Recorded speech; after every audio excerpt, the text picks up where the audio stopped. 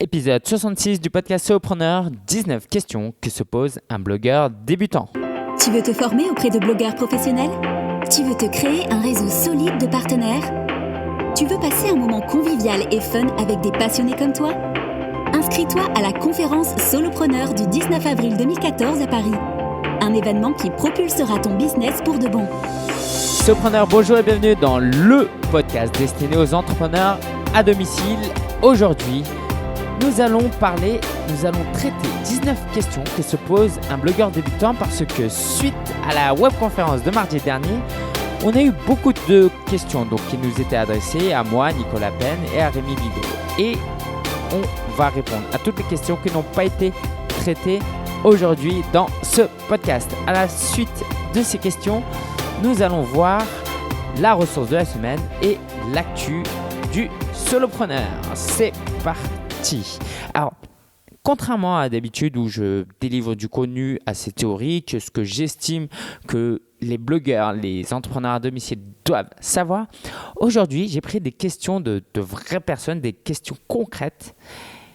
Et tu vas voir, c'est très intéressant parce que justement, parfois en tant que formateur, on oublie, on est très gêné, on reste très dans la théorie, on a notre propre expérience et on oublie de rentrer dans des détails que se posent certains blogueurs. Et j'aime beaucoup faire du coaching, donc je n'ai pas l'occasion d'en faire autant que j'en voudrais.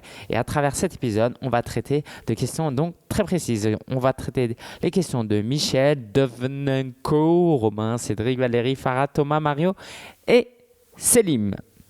Ok, c'est parti. Première question. Faire un blog sur une alternative aux pesticides, est-ce possible ? Très bonne question. Ce qui est intéressant, c'est est-ce qu'on a un message à délivrer ? Est-ce qu'on est vraiment motivé par ça ou on essaye de le faire juste par pur loisir ? Alors si c'est le premier blog, faut le faire. Si tu as un peu de connaissances et que c'est quelque chose qui t'intéresse, faut le faire. S'il y a vraiment quelque chose qui te motive, par exemple, tu as vraiment l'impression que la planète va très mal et que tu veux protéger les générations futures et que tu as un vrai message à faire passer, vas-y à fond. La question derrière, c'est peut-être est-ce que c'est monétisable ? Est-ce qu'on peut gagner de l'argent avec un tel blog ? Je pense vraiment que oui. Après, ça pose des difficultés. En tout cas, lance-toi. C'est vraiment le meilleur conseil que je puisse te donner parce qu'on ne sait jamais ce qui peut se passer derrière. Je pourrais te dire qu'idéalement, il faudrait que tu crées un blog sur la séduction parce que c'est là où il y a de l'argent ou sur comment maigrir. Mais à toi vraiment de voir où est-ce que tu peux aller. Alors, je vais quand même te donner quelques pistes. Tu peux écrire des articles de contenu, interviewer des experts, des scientifiques et attirer des magazines à toi qui peuvent faire de la pub. Okay ? Si c'est des auteurs, il y aura leurs livres que tu peux recommander. Tu vas gagner un peu d'argent grâce à de l'affiliation. Tu peux recommander des produits qui permettent, je ne sais pas, de laver tes fruits et tes légumes, des produits que tu peux vendre en affiliation. Tu peux promouvoir un annonceur privé. Par exemple, si tu as une bonne audience, je vais y arriver, tu lui demandes 100 € et il va pouvoir mettre une bannière sur ton site. Et si tu en as 3-4 par mois, ça peut te faire 300-400 €. Donc, c'est vraiment possible et je t'encourage à le faire si c'est vraiment un message que tu voudrais porter. Deuxième question. Comment démarrer un blog de la même façon, de la meilleure façon. Donc ça revient un peu à la même question. Du moins, la réponse est un peu la même. C'est est-ce que tu as un message à faire passer ? Est-ce que tu as quelque chose de profond à faire passer ? Parce que si ce n'est pas le cas, si tu veux simplement publier sur quelque chose que tu aimes ou que tu vois qu'il y a une opportunité là-dedans, il y a des chances que tu abandonnes au bout de quelques mois. Et puis, c'est pas grave, tu auras abandonné, tu auras appris quelque chose et tu pourras lancer un autre blog. Donc moi, le meilleur conseil que je te donne, c'est de te faire plaisir dans un domaine qui te passionne. Si tu ne prends pas plaisir à publier tes premiers articles et que tu commences déjà à te mettre la pression, ça va être très mauvais. Parce qu'au contraire, j'ai envie de dire, les premiers mois sont les plus plaisants où tu commences à regarder tes stats, à voir qu'il y a des gens qui viennent du monde entier suivre ton blog. Tu es très encouragé, c'est très... c'est pas péjoratif, mais on a une attitude très enfantine. du blogging. On est très content, très encouragé. Et souvent, les blogueurs se frustrent parce qu'ils n'ont pas l'impression d'avoir assez de trafic dès le début. C'est vraiment une mauvaise approche. Je t'invite vraiment à prendre plaisir à ce que tu fais. Parce que le plaisir, c'est ça qui va te pousser à attaquer, à continuer ton 2e mois, à continuer le 3e mois, 4e mois.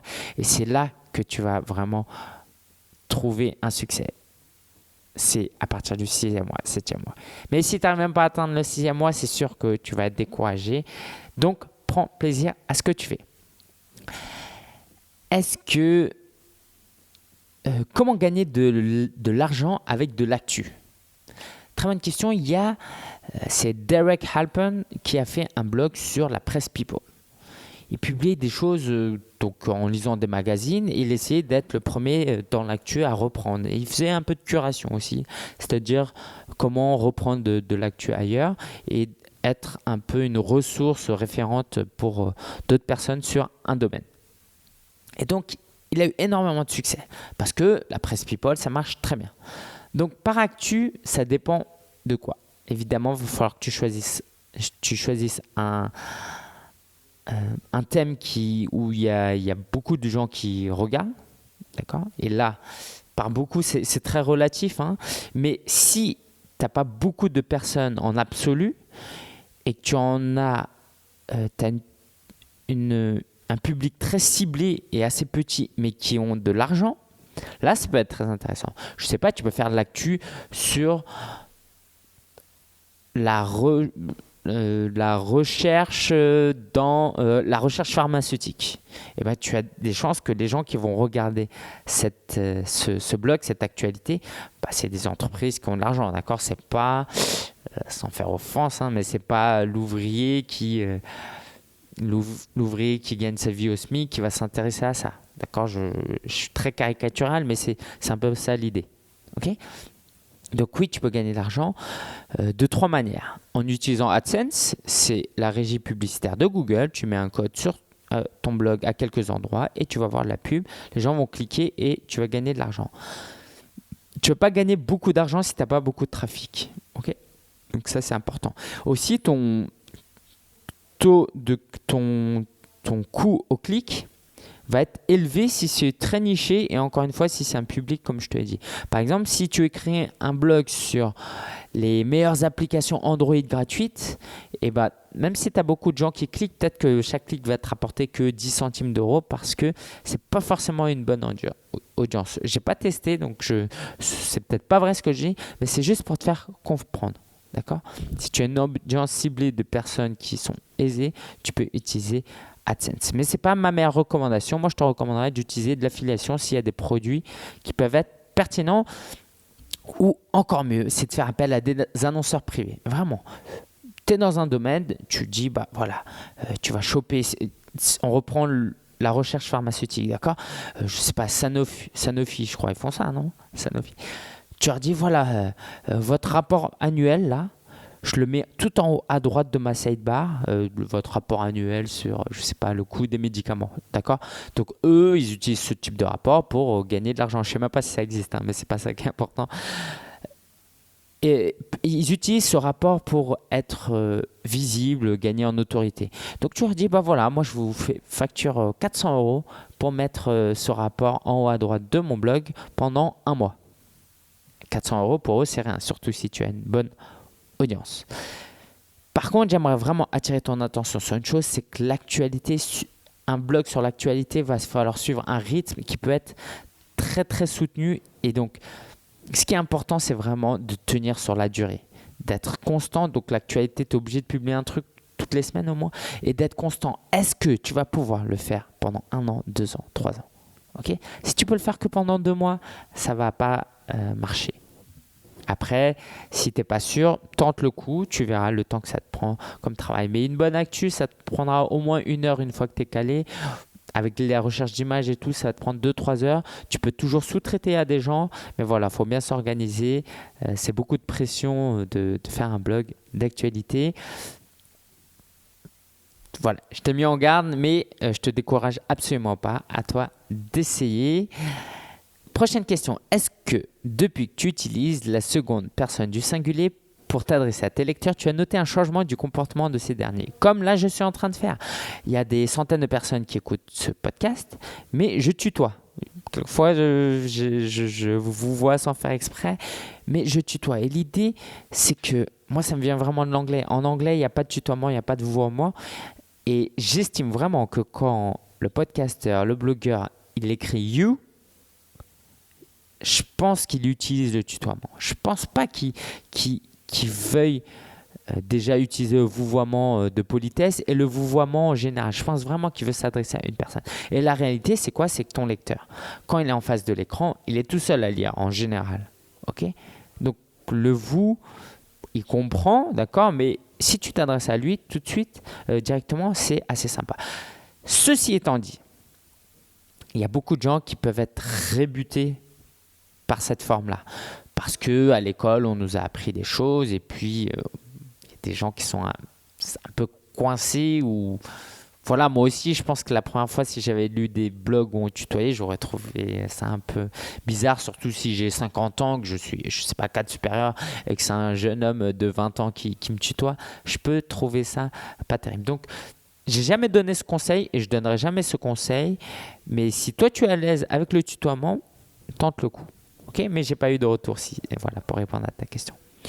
Comment puis-je monétiser mon blog avec des liens texte? Les liens texte, c'est simplement des liens au lieu de mettre des images et tout. Et ce qui est bien avec les liens texte, c'est que c'est dans un contexte. Ce n'est pas comme une bannière, d'un coup on voit une publicité. Okay, c'est dans la continuité d'un message. Et donc il faut que ça paraisse le plus naturel possible. Idéalement, moi j'ai envie même de dire que ces liens-là, il faudrait que ça redirige vers d'autres articles qui font la promotion du produit dont tu fais la promotion, au lieu que ce soit des liens directement qui renvoient ailleurs, parce que ça peut paraître un peu bizarre de renvoyer des gens ailleurs comme ça sans prévenir. Mais pourquoi pas, et moi je le fais, et quelquefois quand c'est des liens affiliés, je mets entre parenthèses liens affiliés. Mon conseil, c'est de varier tes liens, pas toujours faire des liens avec le mot-clé. Par exemple, manteau jaune, voici un nouveau... samedi dernier, je me suis acheté un manteau jaune dans ce magasin. Manteau jaune, tu peux le mettre en lien texte. Mais varier, si tu reprends souvent ce manteau parce que tu le recommandes, tu peux mettre j'ai acheté ce manteau jaune, entre parenthèses, visitez hm.com pour retrouver ce manteau, et hm.com, là tu mets ton lien affilié. Okay, donc tu peux utiliser ça et voilà, l'idée c'est de varier le type de lien et de faire un appel à l'action de temps en temps, tout simplement, directement, sinon les gens ne vont pas forcément passer à l'action. Et en parlant de lien texte, tu peux aussi sur tes images, au lieu de, par défaut quand tu cliques ça t'envoie vers une page où il y a l'image, et tu peux mettre un lien, un hyperlien sur une image vers un produit dont tu fais l'affiliation. Valérie m'a posé toute une série de questions et j'ai voulu en sélectionner parce que ça en faisait beaucoup, mais elles sont toutes excellentes, donc je vais vraiment toutes les reprendre. Alors, elle pose les questions à Nicolas, Rémi et moi, ok, parce que ça s'adressait à Webconférence, on n'a pas pu reprendre ces questions. Quels sont pour vous les avantages du blog comme outil de vente? Ok, on a un produit à vendre, pourquoi on utilise un blog? Très bonne question. Pourquoi? Alors, déjà, il y a la partie SEO. Créer un blog, ça permet d'avoir du contenu, Google aime ce contenu et on va pouvoir attirer du trafic vers son blog. Et ce blog-là, s'il est en sous-répertoire ou même en sous-domaine, ça va améliorer le référencement de la page de vente ou du site e-commerce. Donc ça, c'est très important. Autre chose, c'est que ça va attirer du trafic et sur ces articles où on va écrire, on va pouvoir renvoyer vers notre site. Tu peux jeter un coup d'œil sur le blog de la conférence, conférence.solopreneur.fr/blog. Il y a aussi donc le côté branding. Que ce soit un site e-commerce ou non, le branding, c'est important. C'est donner une image à ta marque. Que ta marque, elle elle raconte une histoire. Et ça, si tu as juste un site e-commerce avec des produits, c'est un peu difficile. Peut-être sur ta page à propos, tu vas raconter l'histoire, mais c'est très, très léger. Alors que si tu as des articles tu publies régulièrement toutes les semaines, tu peux raconter une histoire. Et vraiment, va sur le blog de la conférence entrepreneur, tu vas voir exactement ça en application. Et si c'est un site un peu plus privé, tu peux rendre ta page de vente, ton produit plus humain. Et ça, c'est intéressant. C'est ce qu'on appelle qu'on appelle le personal branding. Voilà, à moins que tu vendes des éoliennes, la plupart des gens aiment avoir affaire à un humain en face de soi. Comme quand on va dans des magasins d'habits, peut-être pas dans les H&M, les C&A, tout ça, mais dans des petits magasins, on aime avoir une interaction. Et j'en parle souvent, je vais y faire référence rapidement, parce que sinon ça peut durer 10 minutes. Gardez toujours en tête le processus avant qu'un lecteur, qu'un simple internaute passe à l'action et achète nos produits. C'est le know, le like and trust. C'est-à-dire qu'il faut se faire connaître, il faut se faire aimer, il faut qu'on ait confiance en soi. Et le blog répond à ces 3 besoins. On attire du trafic, par notre contenu de qualité, notre personnalité, les gens nous apprécient. Et par notre régularité, notre authenticité, les gens vont nous faire confiance. Et puis après, le passage à l'acte, à l'action, à l'achat est bien plus facile. Parmi les blogueurs, je croise énormément de gens qui traitent d'entrepreneuriat ou de développement personnel.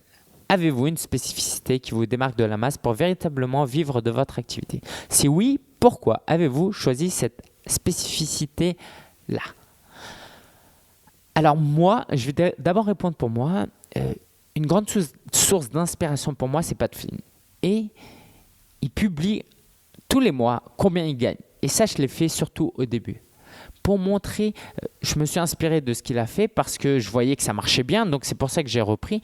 Et puis, il y avait une approche très authentique et très utile pour les lecteurs. C'est-à-dire qu'il expliquait comment il gagnait de l'argent, point par point, d'où il gagnait de l'argent. Et j'ai trouvé ça tellement original aussi. Donc, je l'ai repris. Et d'une manière générale, je suis très authentique dans ce que je produis comme contenu. Pardon. Et je suis très sincère. Et ça me démarque vraiment. Et pourquoi j'ai choisi ça? Je ne l'ai pas forcément choisi. C'est parce que je ne vois pas comment je pourrais fonctionner autrement. Si j'étais moins sincère et moins authentique, je dormirais mal la nuit, il y aurait un blocage. Et c'est comme ça que je fonctionne. Si je vais, Nicolas Rémy n'étant pas là, je vais répondre juste selon mon avis, parce que je les connais quand même assez bien, quelle est leur spécificité. Nicolas, et là je vais peut-être te surprendre, il a une particularité, il dégage quelque chose, il dégage beaucoup de douceur. Je sais pas, tu as envie de le prendre pour ton grand frère ou ton père si tu es plus jeune, il dégage une certaine douceur, il y a une certaine sagesse et une douceur. Et ça, c'est très appréciable. Surtout dans le domaine du développement personnel où il est, on n'a pas envie que quelqu'un nous juge et nous donne des conseils, fais ci, fais ça, qu'on a envie de ça, mais on a besoin que ce soit fait avec douceur, avec bienveillance. Okay? Ou ce sera plutôt le mot bienveillance. Voilà. Ça, c'est vraiment quelque chose qui le caractérise, je trouve. Concernant Rémy, il est très bon dans une chose, c'est le networking. Il connaît beaucoup de gens, il n'hésite pas, il habite à Cannes, mais il n'hésite pas à monter à Paris pour rencontrer des gens. Et ça fait qu'il agrandit son réseau, qu'il connaît des gens, que quand il a besoin, alors là je m'avance, mais bon, je pense que c'est ça. Quand il a besoin d'aide, il peut trouver des gens facilement. Et puis quand il peut aider, quand d'autres personnes ont besoin d'aide ou d'être mis en relation, ils font appel à Rémy. Et par voie de conséquent, il se pose en plus avec son blog comme étant un peu une plateforme de recommandations. D'accord ? Donc, il est vraiment au centre de beaucoup de relations. Moi, il m'a mis en relation, par exemple, avec You Start Me. Donc, ça, c'est vraiment une particularité de Rémy. Quels sont les formats que vous privilégiez pour vos contenus? Lesquels sont les plus performants pour vous? Là, je vais parler que pour moi. Ok, parce que voilà, je sais des choses sur Nicolas et Rémy, mais je ne vais pas pouvoir en parler sans leur autorisation. Et je vais donner plusieurs formats de contenu que je produis avec leur spécificité et pourquoi je le fais. Donc, je produis des webinaires. Pourquoi en général les webinaires, c'est un haut taux de conversion? Et ça, c'est pas John Lee Dumas de Entrepreneur on Fire qui va vous le contredire. Il fait des webinaires toutes les semaines pour parler de son site de membres et il a un énorme taux de conversion parce que les gens, pendant 1h30, l'écoutent, lui posent des questions et forcément, après, pour passer à l'achat, c'est bien plus facile. Donc, le webinaire, c'est la particularité d'avoir un haut taux de conversion. Mais tu ne peux pas organiser de webinaire quand tu as très peu d'abonnés, de lecteurs au début. OK? Donc, garde ça quand même en tête. Les interviews, c'est très bon pour le trafic, surtout si tu invites des gens qui ont déjà un gros trafic, des blogueurs. Moi, c'est ce que j'essaye de faire. Parce qu'en général, c'est corrélé, d'accord? Un blogueur qui a beaucoup de trafic, c'est un blogueur qui sait de quoi il parle, c'est un expert dans ce qu'il fait. Et en plus il est sympa, c'est vraiment ceux-là que je vais interviewer. Donc, quand tu l'interviews, tu publies ton interview. Lui, il va parler de ton interview, va t'envoyer des visiteurs par mail ou depuis son blog, il va t'envoyer des liens. Donc, c'est très profitable parce que tu peux récupérer de l'audience des autres. Et autre chose aussi, c'est que tu peux gagner en autorité. Le fait de côtoyer, de discuter avec une personnalité, les autres vont se dire « Ah bah tiens, s'il est aussi proche de telle personne, c'est que vraiment, lui aussi, il doit être quelqu'un de qualité. » Les e-books, c'est bien pour créer une certaine stature, une certaine expertise. D'accord ? Tu publies un e-book de qualité gratuit, tu peux le faire gratuitement au début évidemment, et puis les gens vont voir clairement que tu as une certaine expertise dans ce que tu fais. Et puis en plus dans l'e-book, tu peux mettre des liens affiliés comme je le fais dans le guide du blogueur qui peuvent t'apporter de l'argent. Les articles, c'est plus facile à écrire et c'est bien parce que tu peux bien organiser et en 500-600 mots, tu peux te véhiculer un message. C'est facile aussi à lire, donc j'aime bien écrire des articles de temps en temps. J'en écris moins depuis que je fais des podcasts. Le podcasting, surtout l'audio comme je suis en train de faire, c'est génial parce que c'est très relationnel. Il y a des chances que là, tu es en train d'écouter en te baladant, en courant, en étant en salle de gym, en voyageant, en faisant ta vaisselle, ton linge. Et forcément, que tu m'écoutes dans un contexte non professionnel, j'ai envie de dire, ça peut créer un lien très fort. Et puis, tu as vraiment, là, ce qui se passe, c'est que tu es en train d'avoir ma voix qui vraiment te pénètre dans les oreilles. Donc forcément, c'est très intime comme format. Et l'intérêt, encore une fois, c'est que pour qu'on te like et qu'on te trust, pour qu'on t'aime et qu'on te fasse confiance, c'est très important ce côté relationnel. Et puis, sinon, vraiment pour terminer sur ce point, imagine ne pas appeler tes très bons amis. Voilà, tes très bons amis, tu les appelles. Pourquoi ? Parce que le téléphone, ça apporte quelque chose qu'un mail ne peut pas apporter. Enfin, la vidéo, c'est très bien sur YouTube parce que c'est très visible. Si tu publies un nouveau contenu avec toute la concurrence qu'il y a, ce sera difficile pour toi d'apparaître sur la première page. Par contre, si tu fais une bonne vidéo, tu vas pouvoir très bien apparaître. Et tu verras que sur YouTube, tu peux vraiment faire des vidéos sur tout et n'importe quoi. Tu vas avoir des visites. C'est génial.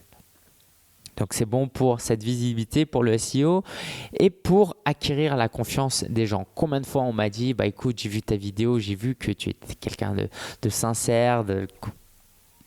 Voilà. Alors, tout le monde n'est pas aussi à l'aise devant la vidéo, ça je le conçois, même si on peut progresser.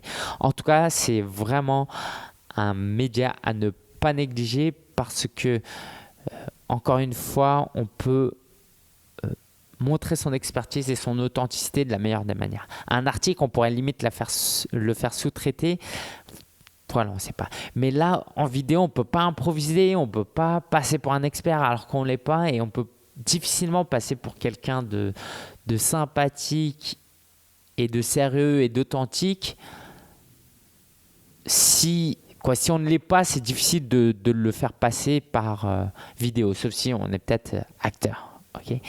Donc voilà le petit tour des formats. Quelle était votre stratégie de départ pour bâtir votre liste de prospects avant de vendre votre premier produit ? Un bon référencement pour accéder à vos pages de captation de courriel ? Une alliance stratégique ? Autre. Personnellement, je ne vais pas pouvoir parler pour les autres, encore une fois, j'ai créé une formation par email. Et c'était très bien parce que ça ne me prenait pas trop de temps. Je pourrais récupérer quelques articles que je faisais et ça promet une continuité, une certaine constance avec les lecteurs dès le début et ça, c'est très fort. Alors, ça consiste en quoi? Ça consiste à simplement, c'était 30 jours pour créer un blog qui fonctionne, quoi, qui marche. Et donc, tous les 2 jours, j'envoyais un email avec mon autorépondeur avec du contenu de qualité, avec des ressources éventuelles. Okay. Et donc ça me permettait d'avoir des gens qui s'inscrivaient à cette newsletter parce qu'ils se disaient « Ah super, je vais être accompagné pendant 1 mois ». J'ai aussi lancé le guide qui est gratuit. Alors l'année dernière, il était déjà gratuit. La nouvelle version de cette année, il est accessible gratuitement jusqu'au 30 avril. Donc avec ce guide, j'obtiens des emails parce que pour obtenir ce guide, il faut s'inscrire à ma newsletter. La vidéo, oui, j'ai une formation vidéo. Là, j'ai fait, si tu vas sur vivre-de-son-blog.com, en haut, tu vas voir un replay d'un webinaire accessible gratuitement si tu t'inscris à mon email. D'accord ? Et donc, je fais la promesse de te montrer comment on gagne de l'argent avec un blog. Ça marche relativement bien. Et enfin, l'alliance, quand tu parles d'alliance stratégique, c'est vraiment de créer des partenariats. C'est très, très important. Je n'ai pas beaucoup accès au début dessus parce que j'étais très proche du moins, je suivais beaucoup le contenu, ce qui se passait aux États-Unis.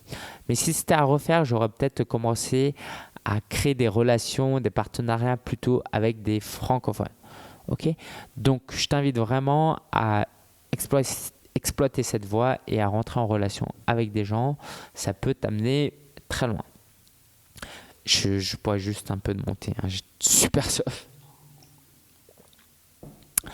Utilisez-vous les réseaux sociaux en complément de vos blogs? Qu'est-ce que cela vous apporte de plus? Évidemment qu'on utilise tous des réseaux sociaux à des doses différentes, disons.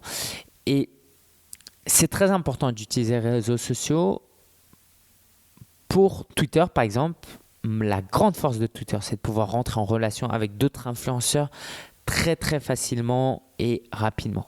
Envoyer un email à quelqu'un avec qui on veut discuter, ça peut partir en spam, ça peut être l'autre personne peut ne pas lire ou lire, mais tellement tu as écrit un email long qu'elle n'a pas envie de te répondre. Alors qu'un tweet, c'est rapide, c'est une petite relation, c'est un petit smiley qui met l'autre personne à l'aise et en confiance rapidement. Et donc après, pour creuser, pour développer cette relation, c'est bien plus facile.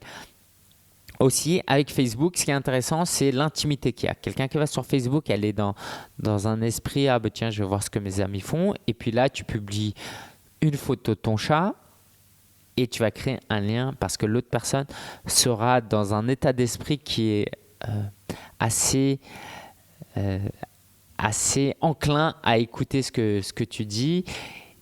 Et c'est super. C'est super parce que l'autre personne aura l'impression que tu es son ami. Et si tu arrives à faire ça, c'est bien meilleur. Ça va beaucoup t'aider dans le développement de ton blog. Ceci étant dit, les réseaux sociaux, c'est important. Mais si ton temps il est très, très limité, accentue quand même sur ton contenu, ta formation et tes relations hors réseaux sociaux. J'observe les blogueurs qui réussissent. N'y a-t-il pas un travail personnel, un travail de connaissance de soi au préalable qui soit nécessaire pour réussir? Encore une bonne question. Moi, ce que j'ai appris avec le temps est que très peu de gens disent, et je trouve que ce n'est pas responsable, mais je comprends la démarche marketing derrière, c'est qu'il faut être quelqu'un de déterminé et de bosseur. Tu peux avoir la meilleure idée au monde. Si tu ne bosses pas assez, ton projet ne va pas aboutir. Et surtout, les premières années de blogging, ça demande beaucoup de travail, contrairement à ce que d'autres pensent. Donc, être travailleur, être bosseur, être un passionné, okay, avoir un objectif suprême, j'ai envie de dire, sur la raison d'être de son blog. On peut se demander pourquoi. Pourquoi je crée un blog? Pourquoi je veux publier des articles sur ça? Est-ce que c'est pour simplement gagner de l'argent, pour mon ego, ou c'est aussi pour aider? Et si tu arrives à t'épanouir dans ce que tu fais et en plus à gagner de l'argent à travers ce que tu fais, là, ton blog va vraiment décoller. Et dernière chose, c'est de savoir accepter les difficultés comme faisant partie de l'aventure entrepreneuriale. Sache qu'à chaque fois que tu rencontres une difficulté, c'est normal. Sinon, on n'appellerait pas ça une aventure. Si ton aventure, ce serait de te balader dans les couloirs d'un centre commercial, c'est pas du tout une aventure. Et le principe de l'aventure, c'est qu'il y a des difficultés, il y a des étapes un peu plus difficiles que d'autres, et on est censé prendre plaisir de ces étapes-là. Okay, quand on fait de la randonnée, s'il n'y a pas un peu de montée, si ça ne nous fatigue pas un peu, à la fin de journée, quand on rentrera de la randonnée, on aura l'impression de juste s'être baladé. D'accord ? Donc ça fait partie, et si on arrive à accepter ça, ça peut changer énormément de choses. Donc je te remercie vraiment, Valérie, pour cette question. Je m'intéresse beaucoup au personal branding depuis peu. Le branding et nos valeurs me semblent si étroitement liés. Qu'en pensez-vous ? Ma question serait la suivante. Chacun est unique et cette unicité n'est-elle pas l'élément magnétique qui attire les bons clients, c'est-à-dire ceux que nous désirons et qui trouveront vraiment un intérêt et de la valeur dans nos produits. Quand on commence dans le blogging, c'est important, c'est indispensable de se faire de l'argent assez rapidement et on ne travaille pas forcément avec des clients qui nous plaisent. Mais il faut très rapidement viser notre clientèle idéale. Moi, dans le Club Solopreneur, j'ai viré une personne qui était désagréable parce qu'elle ne me correspondait pas. D'autres sont partis parce que ils correspondait pas à ma cible et en réalité, bon, je pense que ça l'aidait et que je gagnais de l'argent, mais c'est pas ça qui me passionnait au-delà de l'argent. Moi, ce que j'aime dans le Club Solopreneur, c'est que c'est un cadre très intime, qu'il y a des gens passionnés et que je puisse passer du temps avec eux. Et c'est dans ces moments-là que moi, je peux donner le meilleur de mon contenu et c'est ça qui va aussi me générer plus d'argent. Okay ? Donc ça, c'est très important de travailler son branding. Est-ce que c'est ça la question ? Qu'en pensez-vous ? Oui, voilà. Donc, travailler sur soi, sur son branding personnel, sur sa spécificité, on en a parlé un petit peu, c'est important parce que les gens, il faut qu'ils se souviennent de toi. S'ils ne se souviennent pas de toi, ça va être difficile pour toi de te faire connaître et d'avoir des visiteurs qui se répètent. D'accord ? Donc, il faut que tu aies ta particularité. On me demande aussi comment essayer de faire du partenariat avec des blogueurs de son thème quand on n'a pas beaucoup de visiteurs. Avoir un design très clean, prendre un bon template, d'accord, je partage où est-ce qu'on peut en obtenir un. Alors juste, tu retrouveras un résumé assez court de tout ce que je viens de dire sur vivredesonblog.com/66 avec les liens. Donc, je te montrerai où est-ce que tu peux trouver un bon design. Donc, avoir un bon design, des articles de qualité. Et une fois que ça c'est fait, parce que le blogueur, quand il viendra, l'influenceur, quand il viendra sur ton blog, s'il voit que c'est moche et que les articles ne sont pas de qualité, c'est sûr qu'il ne voudra pas travailler avec toi. Mais si tu es sérieux dans ce que tu fais, tu publies des articles de qualité, la personne va se dire « Ah bah tiens, ça vaut le coup de tenter d'approfondir ma relation avec cette personne. » Et donc, comment toi tu peux faire pour être proactif, tu peux aider cette personne. Tu suis ses tweets, tu vois ses difficultés, ses petits trucs, et bah tu peux l'aider. N'hésite pas à discuter. Comment ça va ? Par Twitter, c'est l'endroit idéal pour juste répondre, réagir aux tweets rapidement. Et c'est ça, une fois que tout ça est fait, tu peux contacter un jour le partenaire potentiel, l'inviter à manger et passer un peu de temps avec cette personne et lui demander peut-être un service, ou pas un service, mais plutôt lui proposer un partenariat gagnant-gagnant. Et ça, c'est important. Si la personne a l'impression que tu cherches à satisfaire à ses besoins aussi. On me demande aussi, écrivez-vous tous vos articles vous-même ou déléguez-vous la rédaction ? Pour Nicolas et Rémi, je suis pratiquement sûr qu'ils l'écrivent eux-mêmes, je suis sûr même. Pour moi aussi. Sauf sur des sites de niche, des blogs de niche comme parienfamille.com où j'ai externalisé un peu cette rédaction. J'ai mis un lien vers quelques références aussi que tu peux trouver sur vivredesonblog.com/66. Donc oui, c'est important d'écrire ces articles soi-même parce que c'est sa voix, c'est sa personnalité. Célim de sport et remise en forme.com me demande le premier produit qu'un blogueur doit lancer et quand il doit le lancer, combien d'abonnés, d'articles, etc. Donc, quand est-ce qu'on doit lancer son premier produit et comment ? je recommanderais vraiment de commencer par un e-book gratuit parce que ça reste le plus facile, c'est un PDF. Et une fois qu'on aura sorti ce premier produit, on sera encouragé pour la suite. Parce que si on essaie d'atteindre un super résultat dès le début sans expérience, on va vraiment ça va être très très difficile, sauf si on est bien entouré. Au niveau c'est important à prendre en compte qu'il doit y avoir un lien entre ton format, le niveau d'approfondissement que tu veux donner à travers ton produit et le prix auquel tu veux vendre ton produit en fonction du nombre d'abonnés ou de la qualité des interactions que tu as. En d'autres termes, si tu as à moins de 100 abonnés, ou disons 100 abonnés par email, tu peux commencer à lancer un e-book, à le vendre à 15, 17 euros, 29 euros. OK ? Parce que ça ne coûte pas trop cher et puis parce que tu as déjà quelques abonnés. Mais si tu veux lancer une formation vidéo, tu as intérêt à avoir 500 abonnés. Parce que là, ça va te coûter plus cher et puis ça demande plus d'investissement. Il faut vraiment que des gens motivés. Donc, le jour où tu auras 500 abonnés à ton email, tu pourras vraiment lancer une formation vidéo. Et les sites de membres, ce qui est le plus difficile techniquement et le plus avancé à ma connaissance comme produit à revenu récurrent, c'est qu'il faut lancer des sites de membres comme le Club Solopreneur quand on a, disons, 1000 abonnés par email. Parce qu'il n'y a rien de pire que d'avoir que 3 personnes sur son site de membres et fournir beaucoup de travail. Ça n'en vaut pas la peine. D'accord ? Donc, attends quand même d'avoir 1000 abonnés. Céline me demande aussi les trucs indispensables à faire pour un bon début dans le SEO. Installe WordPress SEO by Yoast et remplis les champs title tag et métadescription. Mets des headlines, ok, donc tu as ton titre, mais après tu as des H3, H4 avec des mots-clés, mets-en un petit peu. Obtiens des backlinks en laissant des commentaires chez d'autres blogueurs, même si c'est des no-follow, je pense que c'est toujours mieux que rien. Ok ? Et consulte l'épisode 60 parce que c'est un podcast, une interview que j'ai réalisée avec Daniel Rock. Le meilleur moyen gratuit, me demande Mario de cartonrecup.com. Le meilleur moyen gratuit d'augmenter le nombre d'abonnés à sa newsletter selon toi et quel a été celui qui t'apportait le plus d'inscriptions? Les pop-up avec cadeau. Alors le gratuitement, c'est difficile effectivement.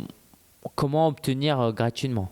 Ok, moi il y a peut-être des pop-up gratuits, mais moi j'utilise Pop-up Domination. Tu peux utiliser mon lien affilié vivredesonblog.com/popup. P-O-P-U-P. Donc ça permet de faire apparaître une fenêtre et la personne s'inscrit pour obtenir le cadeau. Ok, donc c'est un produit payant. Il y en a peut-être des gratuits que je ne recommanderais pas forcément, mais bon, tu peux toujours essayer. Ça, c'est vraiment un très très bon moyen pour obtenir des newsletters. C'est peut-être un peu ennuyeux, mais ça marche. Et puis, tu peux contacter d'autres partenaires, écrire des articles invités chez eux et renvoyer vers ce cadeau que tu as, une page dédiée que tu as à offrir aux lecteurs de ce blog. Et ils doivent inscrire leur email pour obtenir le guide. Sinon, il y a aussi les Facebook Ads que j'utilise, mais bon, là, c'est payant. Durant cette webconférence, j'ai promis de faire gagner au tirage au sort un lot parmi 4 choix d'une valeur totale de 150 €. Dogs Enjoy en a profité. Okay, donc il reste Chantal Wilkin qui a gagné et Katimini34. Je vous invite à me contacter avant le 30 mars, sinon ce sera trop tard. La ressource de la semaine, j'ai beaucoup parlé de sites de membres durant la webconférence. On m'a posé la question. Je t'invite à aller sur vivredesonblog.com/site-privé-abonnement ou encore une fois, va sur vivredesonblog.com/66 pour tout obtenir. Et c'est là que je présente les outils que j'utilise pour mon site de membre. Et si tu achètes les 2 produits, Optimize et Wishlist Member en même temps, envoie-moi un email et je te propose 1 heure de coaching gratuit avec toi pour t'aider dans tes premiers pas.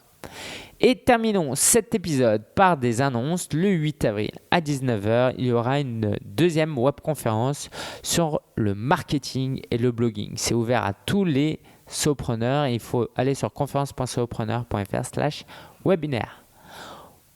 Autre chose, dans les annonces, j'ai réussi à courir 20 km samedi dernier. J'en ai pas parlé, non. 20 km samedi dernier, mais j'ai pas pu faire plus. Et pour un marathon, il aurait fallu que je fasse 30 km. J'ai fait ma préparation physique trop tard. Il me reste 9 jours, mais ça va bien aller. Je crois que je vais terminer le marathon en 4h45. Ce sera déjà pas mal, mais au moins, ce sera fait.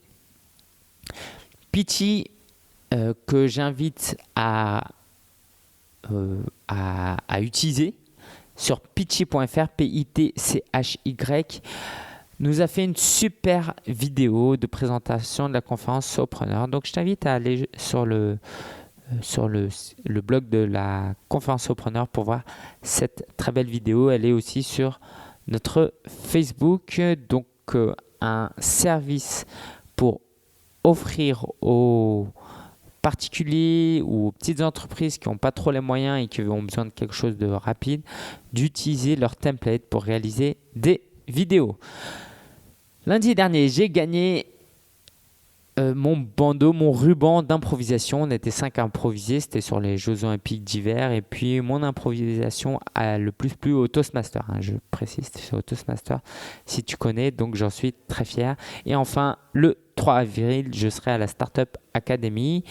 N'hésite pas à m'envoyer un email pour me tenir au courant si tu vas, et puis on pourra peut-être se rencontrer. Merci à toi pour ton attention. Et si le 19 avril 2014, tu veux rencontrer des experts, dont des surprises qui vont venir, et 50 passionnés du blogging, du marketing, va sur conférence.solopreneur.fr avec le code promo podcast. Podcast qui te fera économiser 10% sur le prix. Merci et à la semaine prochaine.